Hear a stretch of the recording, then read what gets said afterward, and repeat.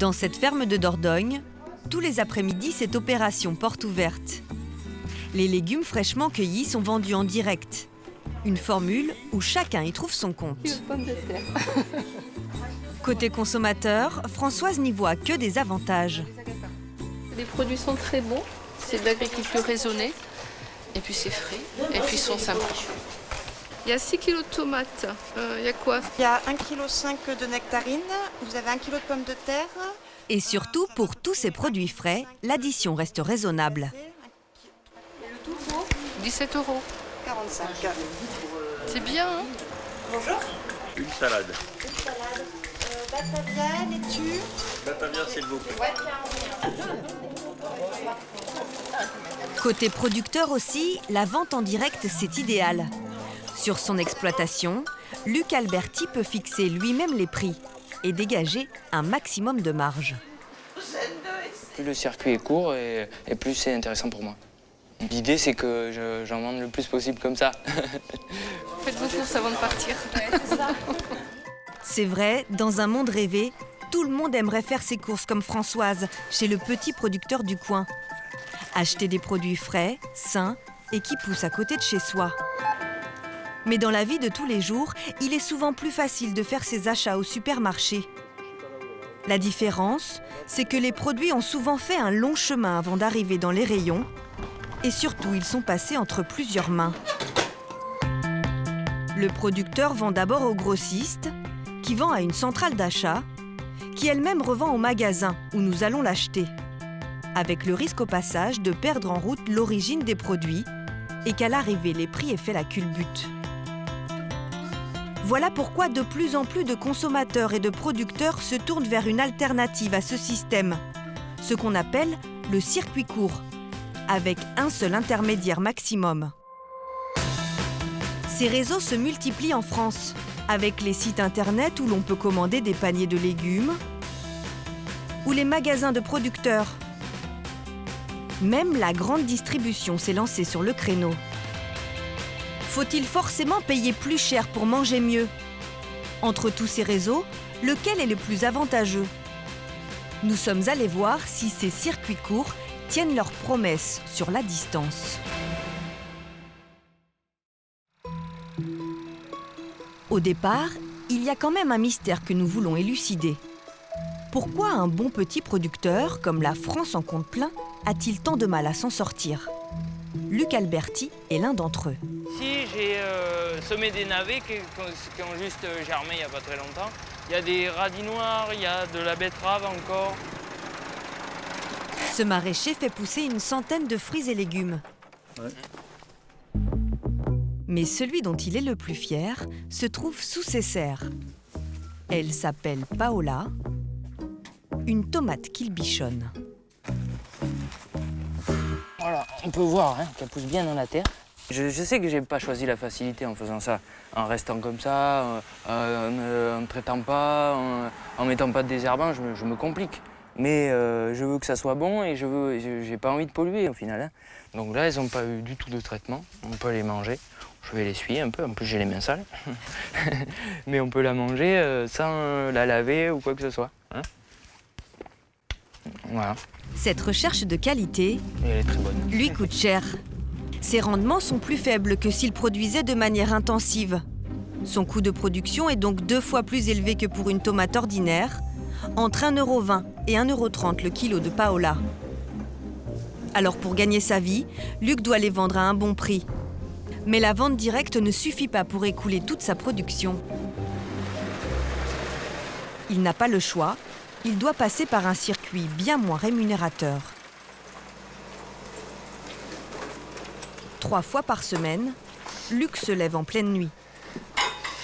À 2h30 du matin, le maraîcher s'active déjà. Allez, c'est parti. Il en a pour une bonne heure de route jusqu'au marché de gros de Bordeaux. C'est l'équivalent de Rungis pour le sud-ouest. C'est ici que viennent s'approvisionner la plupart des commerçants de la région. Luc y retrouve le grossiste avec lequel il travaille habituellement. Salut. Salut, tu vas bien? Ouais. Vous avez amené quoi? Eh bien, un peu de tomates, courgettes et un peu de beurre.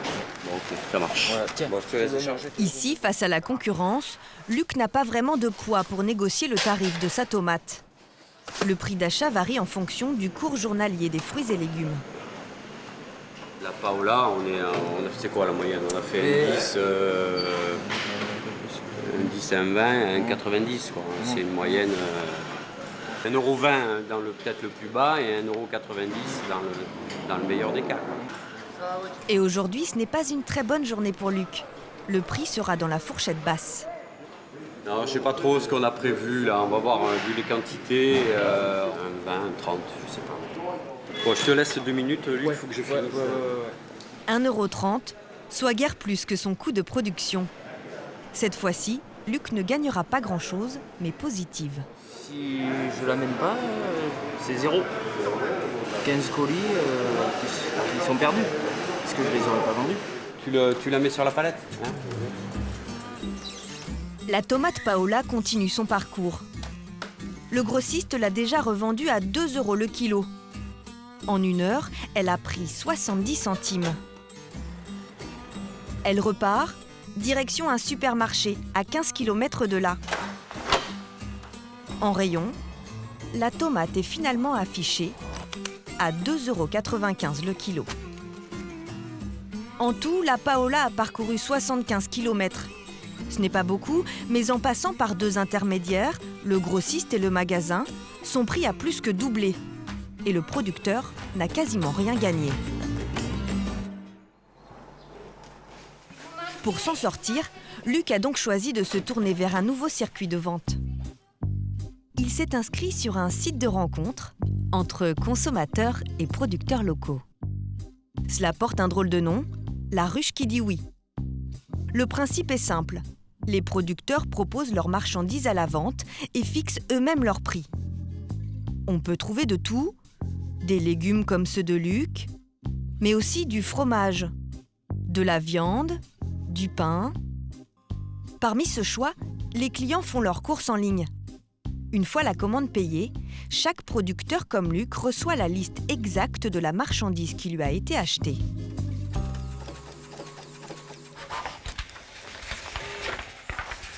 Voilà, donc ça c'est ma liste de tous les produits dont j'ai besoin pour la journée. 1 kg de cœur de bœuf. Luc a 55 cagettes à préparer en 3 heures. 1 kg de tomates cornues. Il faut rester concentré car tous les paniers sont différents en fonction de la commande des clients. Ces 2 employés s'activent pour être dans les temps. Car à 17 h, il doit vite partir. Il a encore 45 km à parcourir pour arriver à Saint-Loubès, en périphérie de Bordeaux.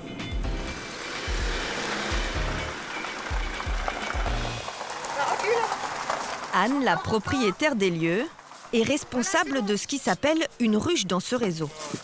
On va t'aider à décharger. Ouais.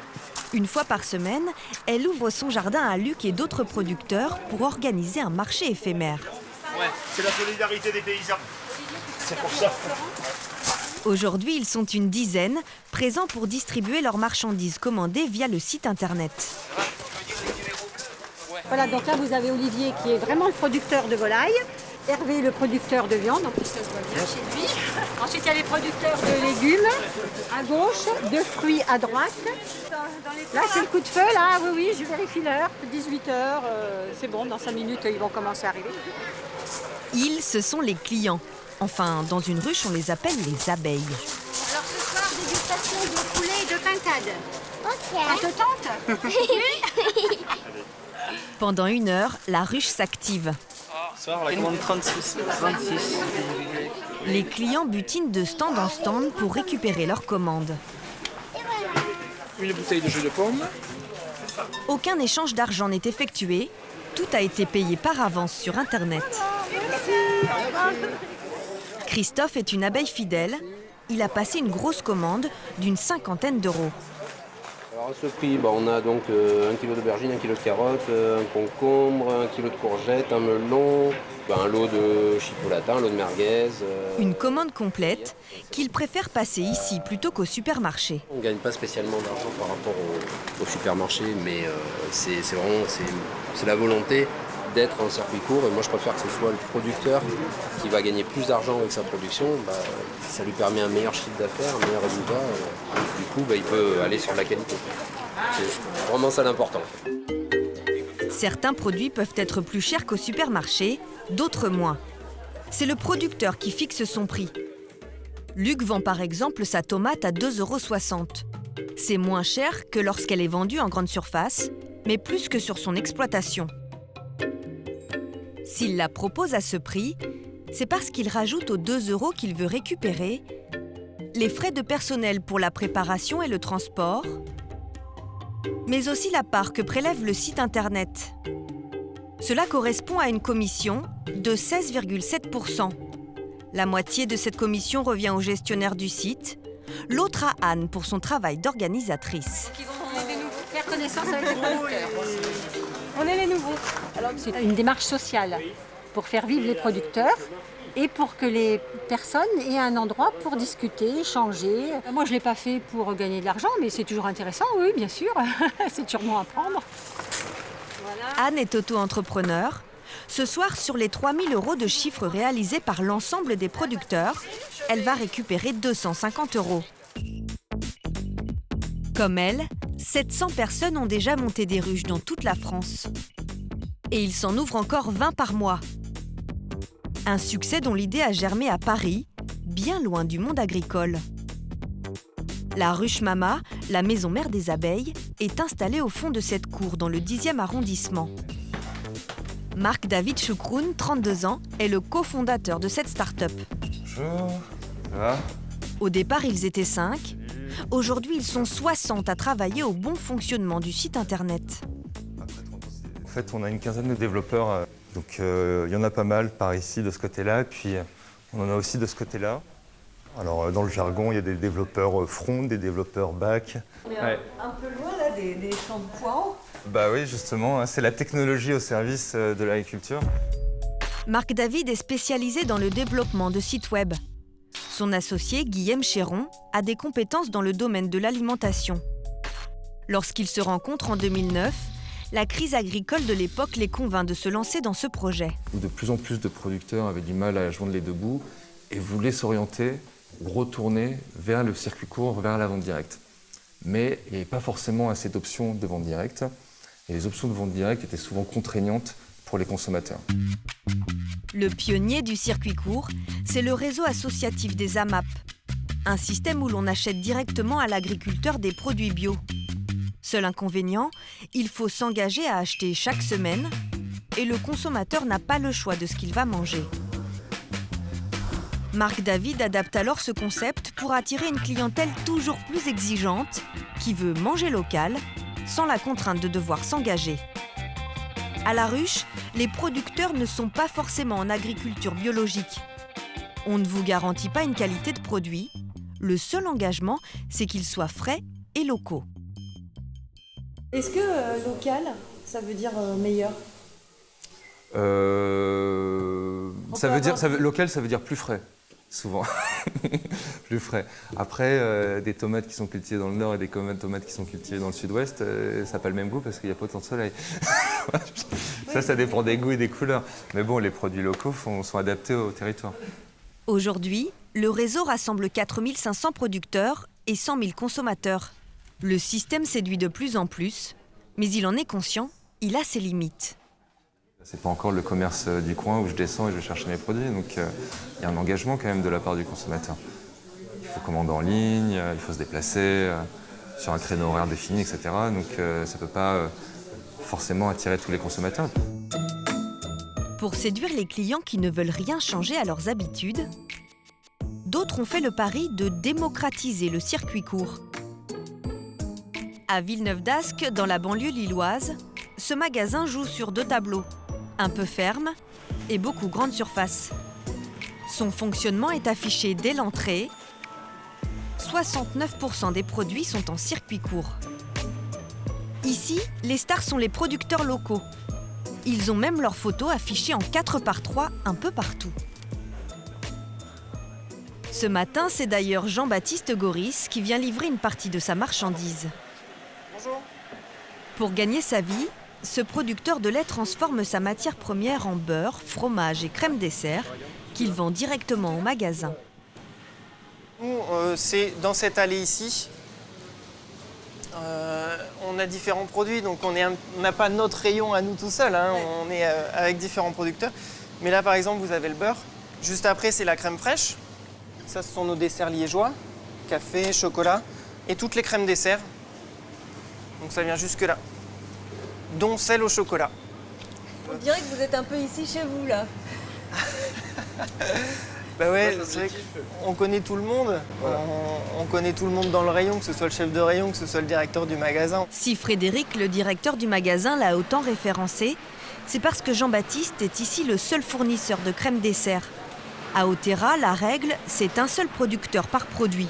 Pas de concurrence, ce qui lui permet d'écouler beaucoup de volume. Autre particularité, la répartition du prix est affichée en toute transparence. On a la partie verte qui est la partie du prix qui revient au producteur. On a la partie qui revient au magasin. On rémunère correctement nos producteurs. Tout simplement, on n'a rien à cacher. Jean-Baptiste gagne 46 centimes par crème dessert. Le magasin prend 23% de marge, un prix qui conviendrait à tout le monde. On en a discuté ensemble, on a étudié les choses pour que voilà, ce soit gagnant, gagnant, gagnant. Producteur, client et Otera.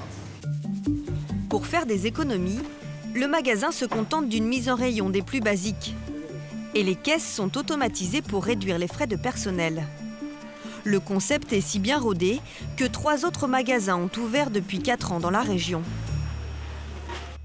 L'enseigne s'autorise tout de même quelques détours dans ses circuits d'approvisionnement, avec des avocats du Pérou ou des bananes de Guadeloupe, achetées tout simplement à un grossiste. C'est un produit qui est vraiment attendu par les clients.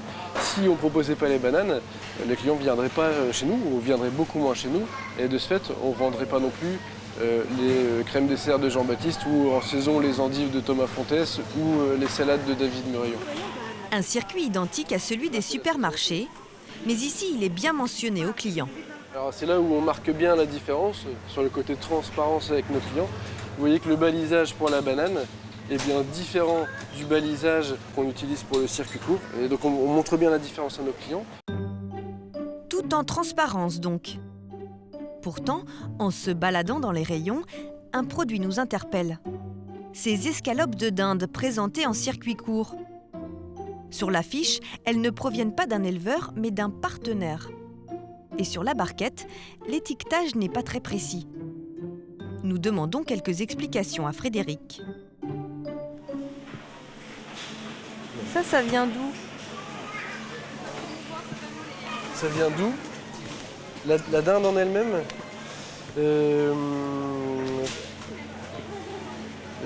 France. On ne sait pas d'où elle vient. Donc là, l'origine de la dinde, c'est France. Mais où? Où, je sais pas. Pourtant, Frédéric affirme qu'il achète en circuit court à cet abattoir, même s'il s'agit d'un intermédiaire entre le magasin et l'éleveur. Un éleveur de poulet ne sait pas abattre, plumer, découper sa volaille lui-même. Donc on achète à des personnes qui ont ce savoir-faire et qui, elles, achètent la volaille à des éleveurs. Est-ce que vous savez combien est rémunéré le producteur de dinde? Là, non. On semble un peu loin du principe de circuit court. Nous contactons l'abattoir pour en savoir un peu plus. Oui. Bonjour monsieur. Bonjour. En fait, j'ai vu que vous vendiez des filets de dinde chez Otera et les producteurs avec qui vous travaillez, ce sont des producteurs qui viennent d'où? Pas forcément de ma région, parce que dans la région, il n'y a pratiquement pas d'éleveurs, donc ouais. Donc ils viennent d'où? Ah ça vient de l'ouest, de Bretagne. On achète des dindes déjà abattues, et nous, après, on fait l'élaboration derrière. D'accord, donc en fait, les dindes abattues, elles sont achetées directement au producteur? Non, pas directement au producteur, non. Nous, on achète un intermédiaire, on achète des carcasses, ouais.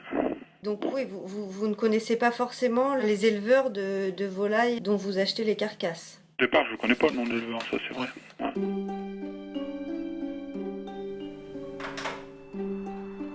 Nous sommes retournés voir Frédéric, le responsable du magasin.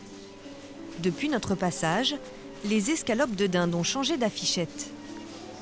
Effectivement, c'était un produit qui n'avait pas lieu d'être en circuit court parce que, contrairement à ce qu'on imaginait, il y avait un intermédiaire supplémentaire sur la chaîne d'achat.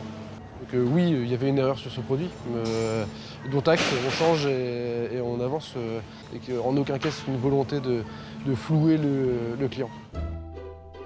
Frédéric affirme que cette erreur ne se reproduira plus. Mais il admet que sur certains produits très demandés, vendre en circuit court à grande échelle est encore assez compliqué.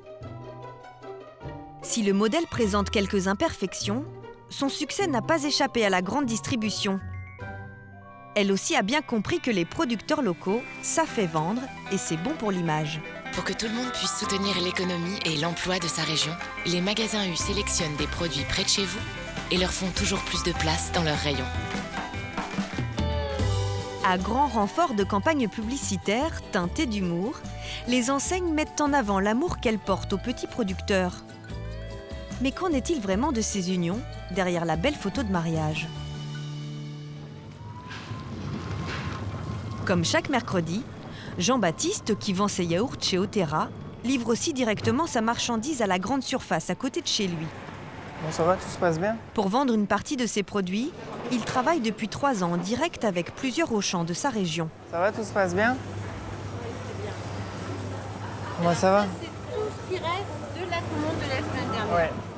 Si le rayon est beaucoup plus petit que dans le magasin de circuit court, la photo de Jean-Baptiste, elle, est tout aussi imposante.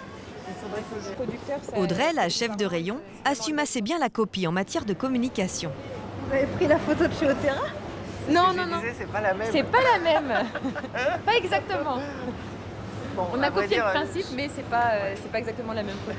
Le principe était pas mal, donc on prend un peu des bonnes idées partout. Elle a copié le principe, mais pas le prix. Ici, la crème dessert est vendue 80 centimes, alors que chez Otera, elle est à 65 centimes. Et pour tous les produits de Jean-Baptiste, c'est la même chose. Le beurre, vendu 1,95 € chez Otera, se retrouve à 2,50 € chez Auchan. Le liégeois, 1,05 € chez Otera, 1,30 € en grande surface. Pourtant, Jean-Baptiste leur vend au même prix à tous les deux. Qu'est-ce qui justifie la différence, vu que justement il est venu vous livrer, qu'il y a moins d'intermédiaires? C'est quand même le fonctionnement du rayon. Il y a le fonctionnement du rayon, il y a la mise en service. Vous voyez qu'il y a une personne vraiment qui va s'occuper de ça, donc pendant qu'elle s'occupe de ça, elle ne s'occupe pas d'autre chose. Donc il y a la main-d'œuvre aussi qu'il faut que nous on rémunère également. Malgré cette différence de prix pour le consommateur, Jean-Baptiste y trouve son compte, car il peut vendre ses produits à un tarif qui lui permet de s'en sortir. À bientôt, bon après-midi. Merci beaucoup. Mais tous les producteurs locaux sont-ils satisfaits comme lui de leur collaboration avec la grande distribution ? Beaucoup d'agriculteurs avec qui nous avons discuté lors de notre enquête nous ont confié être l'objet de pratiques bien moins avouables. Mais aucun d'entre eux n'a souhaité nous en parler directement. Nous avons donc pris rendez-vous avec un responsable de rayon d'hypermarché. Avec la complicité de cet agriculteur, nous nous sommes fait passer pour des producteurs de légumes souhaitant travailler en direct avec le magasin. Dès le départ, la chef de rayon donne le ton. Alors, vous produisez quoi, vous, exactement comme produit? Moi, je fais produisez vous-même. Tomates, salade et asperges. Production d'asperges, j'en ai pas, alors qu'il D'accord. Donc, sur ce produit-là, ça peut m'intéresser. Elle propose un marché à prendre ou à laisser. Avant même de passer une commande, il faut que le contrat soit fait. D'accord. Voilà. Après...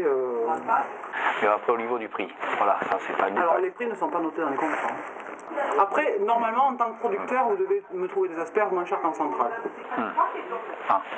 Jusqu'à présent, mes producteurs ont toujours été moins chers et sans pleurer. Certes, nous gagnerions plus qu'en vendant à un grossiste.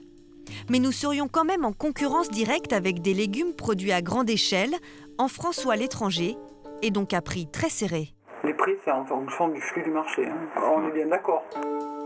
Autre point non négociable, elle ne s'engage pas à nous acheter des volumes réguliers, notamment à cause des promotions nationales décidées par l'enseigne.